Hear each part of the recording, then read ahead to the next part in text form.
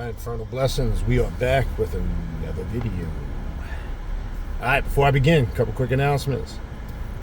First and foremost, 7th Annual Journey of the Black Adept Conference.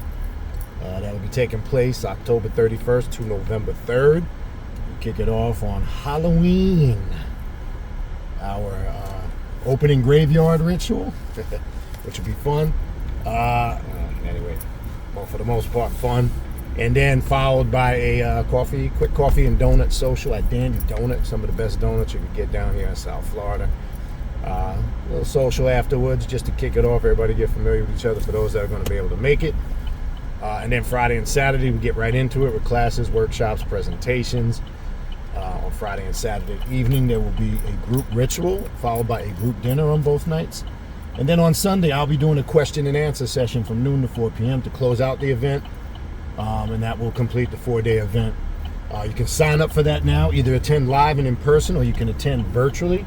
Shoot me an email at khnum19@gmail.com, and please be specific in your email what you're requesting information for, either virtually or in person, and I'll respond to your email. If you have any other questions about lodging, hotels, things of that nature, just include that in your email.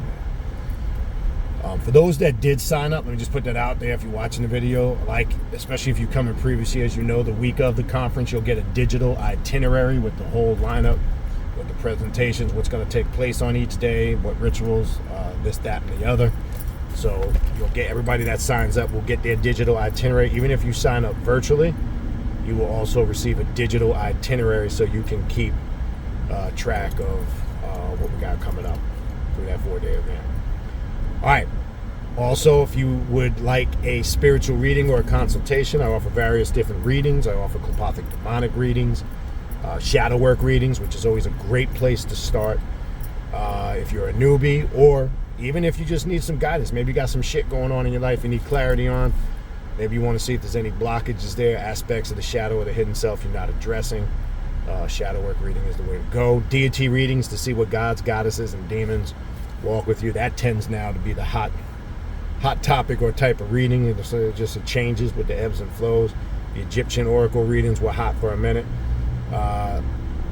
more than the others. I mean, they're still consistent, but it looks like the deity readings has passed that for the last several weeks. But I do Egyptian oracle readings, Santa Muerte readings, or maybe you just want a spiritual consultation. You want to talk about something, discuss something. Maybe you want to focus on a specific area of the path. Shoot me an email, khnum19@gmail.com, and I will get back to you. Please include in that email your full weekly availability, along with the time zone that you live in, so I can find a time and date that works for both of us, all right? khnum19@gmail.com. Also, if you want to sign up for classes, the number one email I get all the time, Baniti, what kind of classes do you do? How do I get into your classes? How do I sign up for your classes? I'm interested. It's real simple. Just go to the Patreon page, patreon.com/Baniti, Baniti. Tier 3 is the tier you want to join. That's going to give you access to the 3 private classes I do every month on Patreon, including the group ritual. It also gives you access not just from the day you join moving forward. It gives you access to everything in the archives, which is going about 5 years back now. A ton of content is the best way I could describe it. Nobody's offering what I'm offering for what I'm offering it for. I say that out of confidence, not arrogance. If you want to see exactly what classes I'm doing, go to the Patreon page, patreon.com/Baniti, Baniti. Go to the collections section, and you will see all of the classes, the titles, all of them archived in a numerical order, so you can preview and see what I am doing as far as classes. I'm getting ready to add a brand new class beginning next month, Egyptian Hermetic Alchemy class. Got a lot of good shit planned for that class, because that type of information is right up my alley. So I'll be posting that. So for the month of October, that'll be a new class added. For those that have been emailing me about the first Black Magic Essentials 101 workshop and seminar, yes, I will be posting that. You can purchase it individually. It'll be on Patreon. I will be creating a link for that. I'll send the link out. Try to get that done hopefully by the recording of this video. So yes, you will be able to purchase the Black Magic Essentials 101 class through the Patreon page. Whether you're a member or not, you can be a non-member and still purchase it. You just click the link. So any classes that I do are private non-Patreon events, I will be able to have access for Patreon and non-Patreon members to purchase those classes via the Patreon page. It's a new feature that they've just created, which came right on time, to be honest with you. So you have the ability to purchase individual classes. Now, I also found out you can do that with existing posts. You'll be able to buy certain classes individually if you are not a monthly Patreon member, which I think that's a cool feature.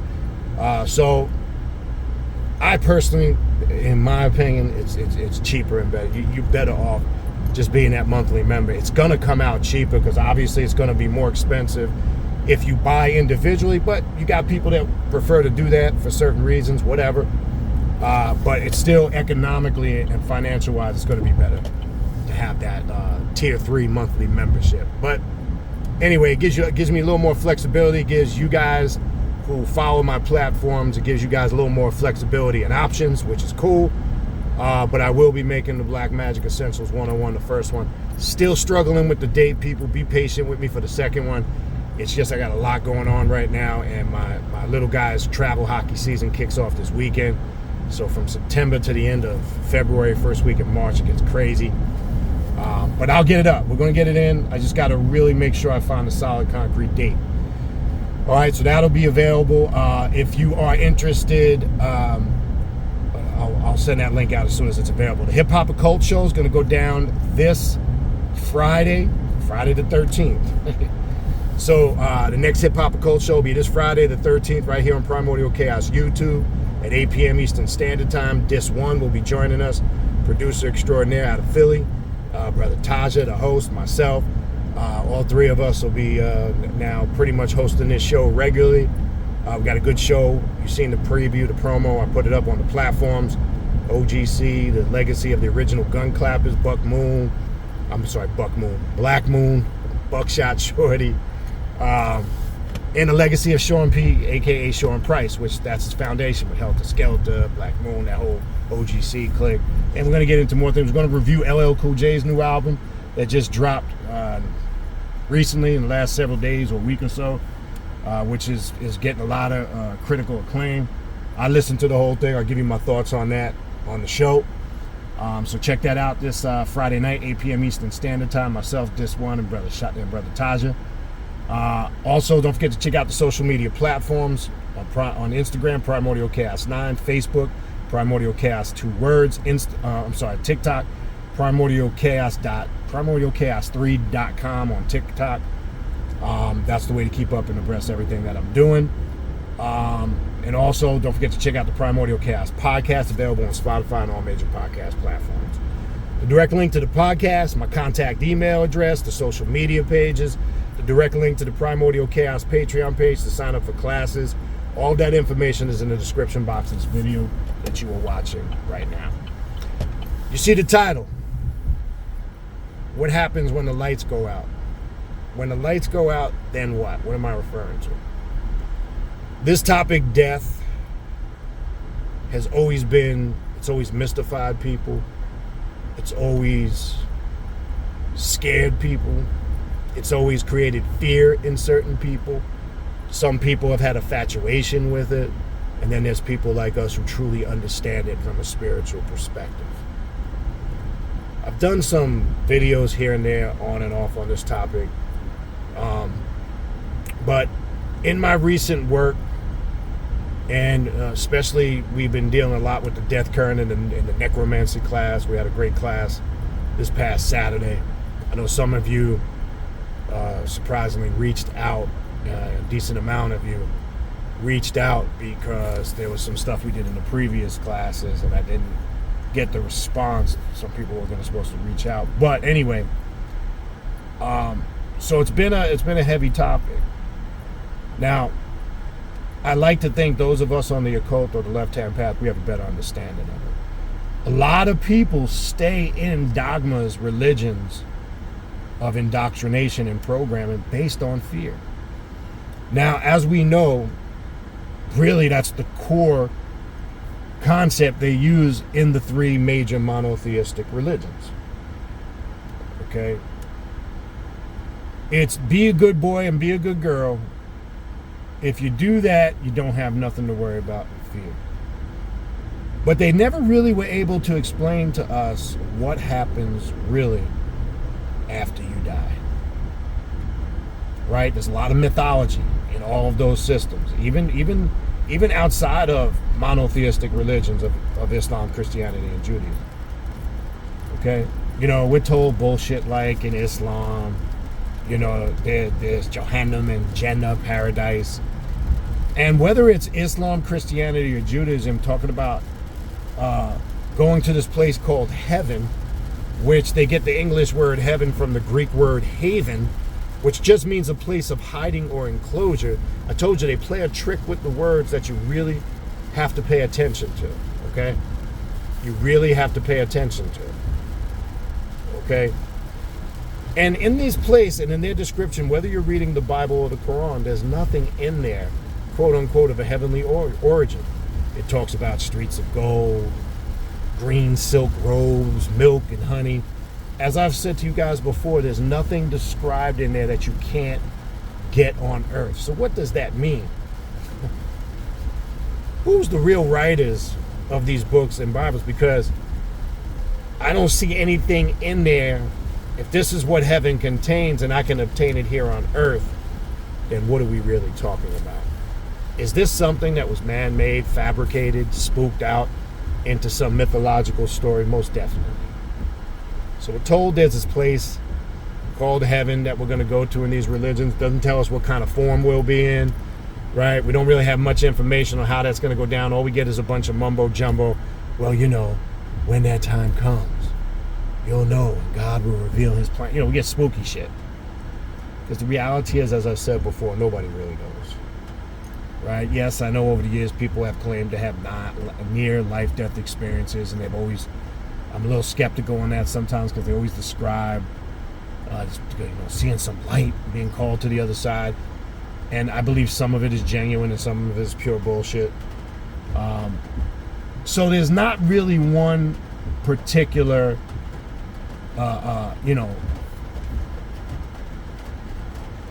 book or level of information or consistent facts with people's experiences with this, right? And then then you got the religious folks, and I think some of that is intentionally put out there. I heard a voice and Jesus spoke to me. I question some of the validity of that stuff, but the reality is nobody fully understands exactly what is going to happen to them at that time of physical death.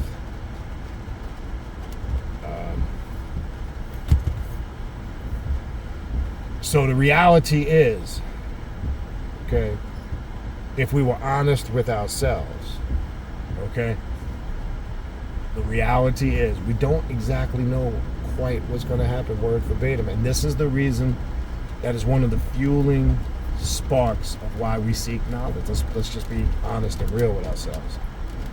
A lot of us have evolved on different paths. And I know going back to introductory to different levels of spirituality and consciousness, that was a motivating factor for me. Especially when I was much younger, I was like, I was just like, as I got older, I'm like, these kindergarten fairy tale stories, they just don't make sense. Now, one thing when you work the left-hand path and the path of the occult, okay,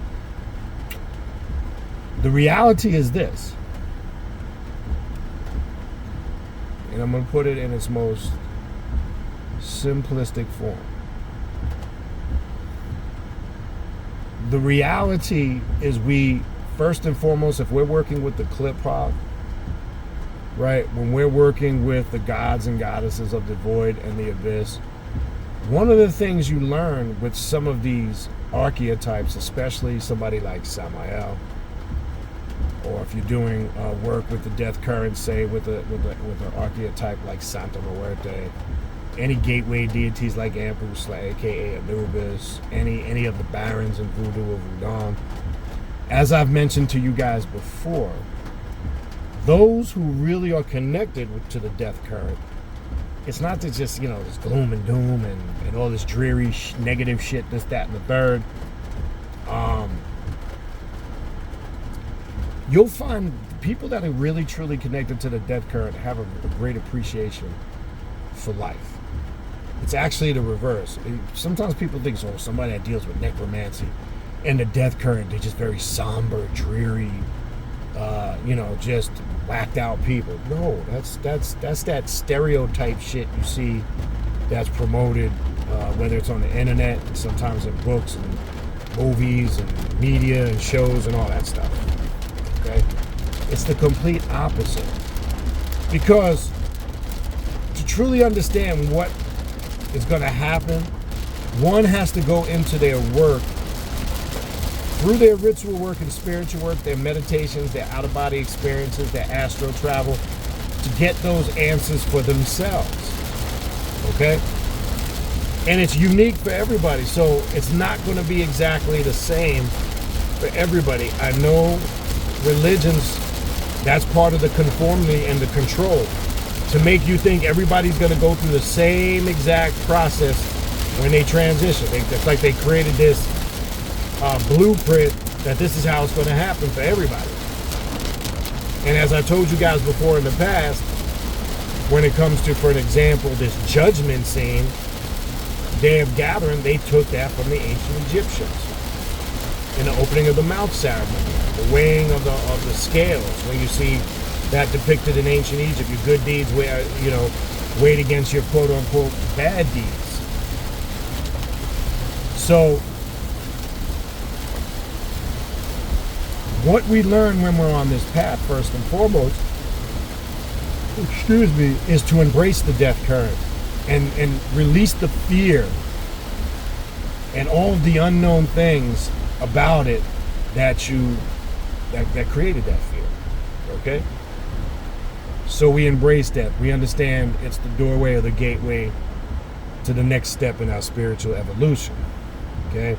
So no culture, no individual, and I'm not talking about an individual's personal subjective experience, because that's what really to understand this is about.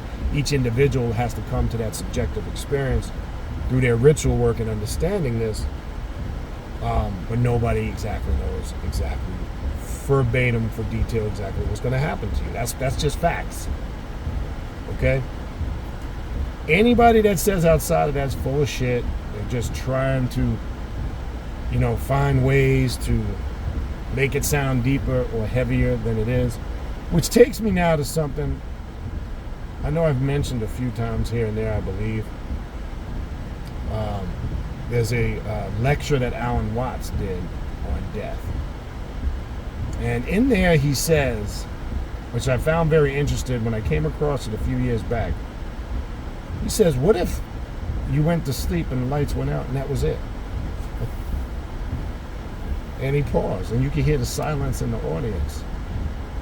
And what if your whole life really only had the effect of what, a blink of an eye, a quick moment in time?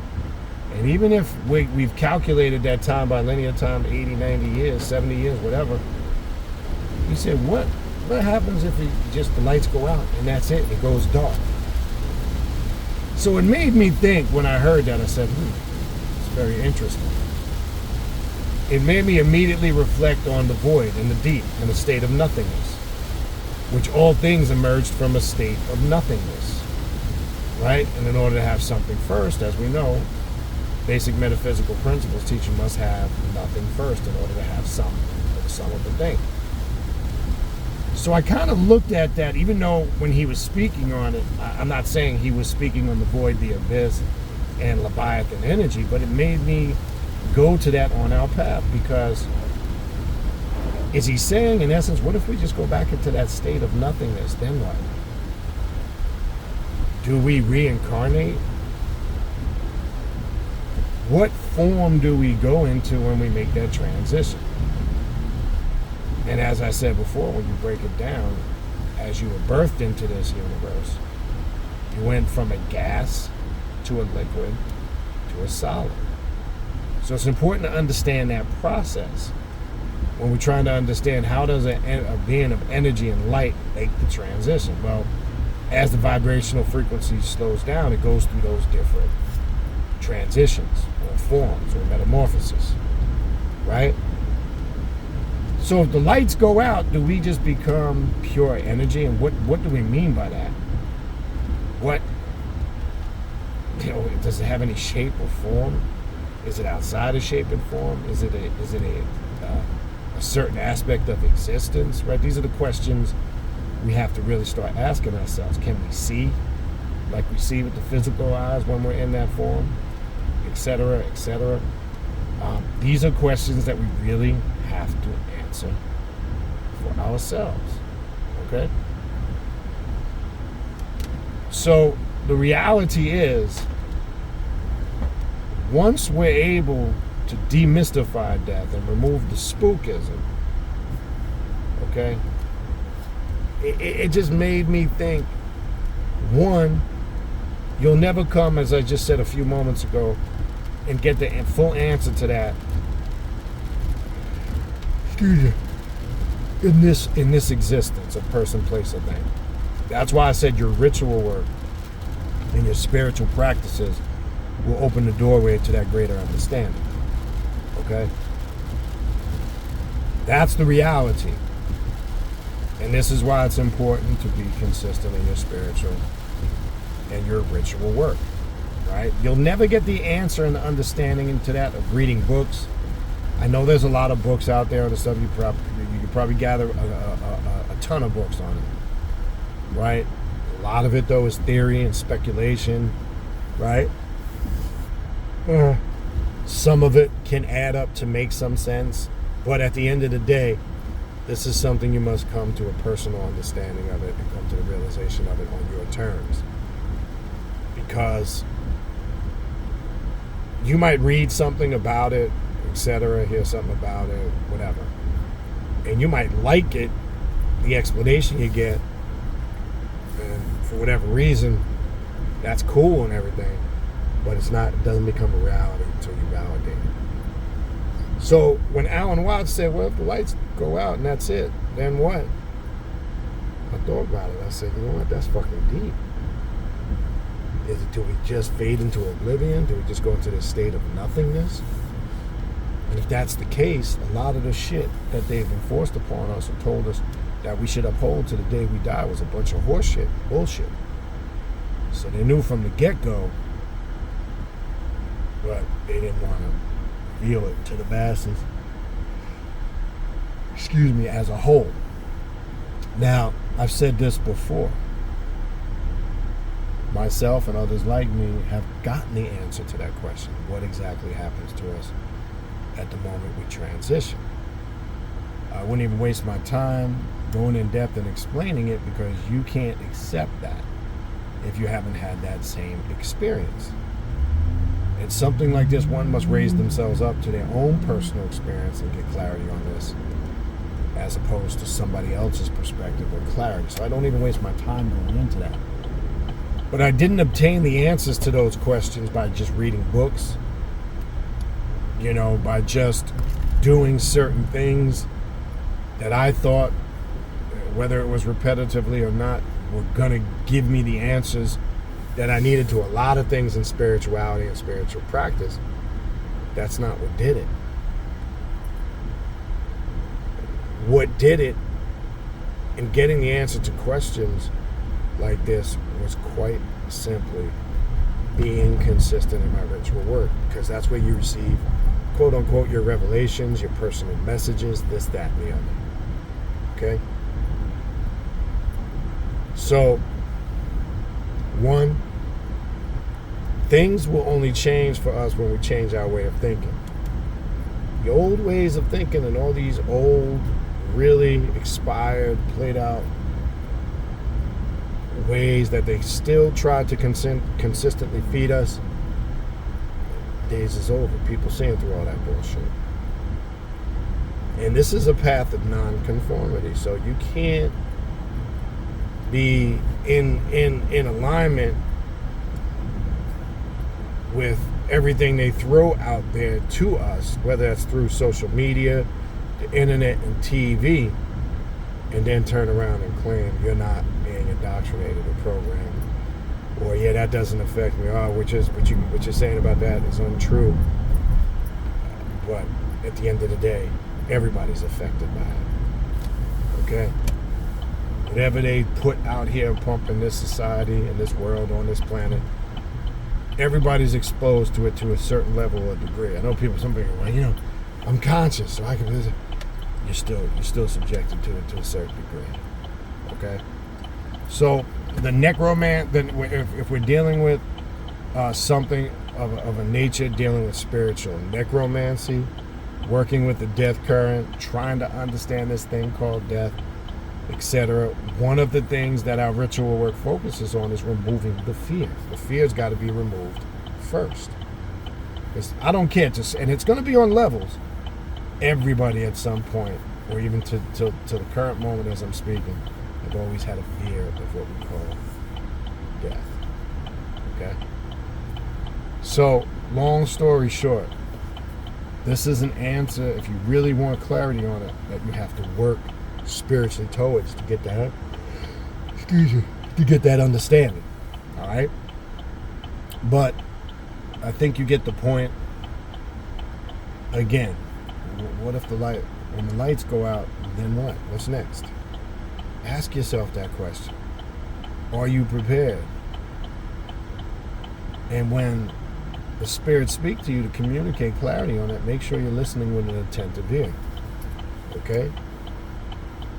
Because I know it changed my whole mind approach. I